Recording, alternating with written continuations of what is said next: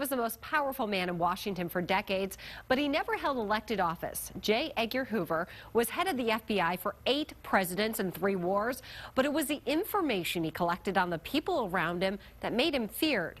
Leonardo DiCaprio plays the famous G-Man in a new movie out this week. Here's your weekend at the movies. You remember that file we created on his wife? Mrs. Roosevelt.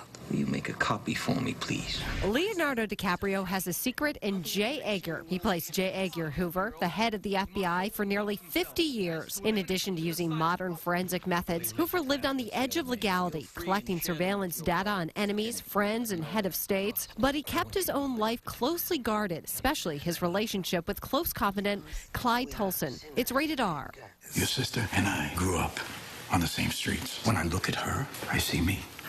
When I look at her, I see me too. Adam Sandler has a twin in Jack and Jill. He plays an advertising executive in L.A. with a wife and kids. Sandler also plays twin sister Jill, who comes to visit for Thanksgiving. As wife Katie Holmes tries to bring the squabbling siblings together, Jill decides to stay beyond Turkey Day and turns Jack's life upside down. Jack and Jill is rated PG. Long before man roamed these lands, there was a war in heaven.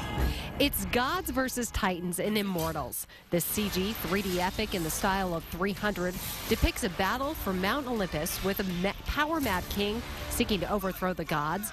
But a humble human stonemason with an axe to grind may be the key to stopping the king's rampage and saving mankind. Immortals is rated R. One of my favorite movies of the year and a spotlight from South by Southwest comes out on DVD Tuesday. It's called Beginners. Also, the Julia Roberts and Tom Hanks flop in theaters called Larry Crown. That's going to be released as well. And that's your weekend at the movies. I'm Kate Wideoff.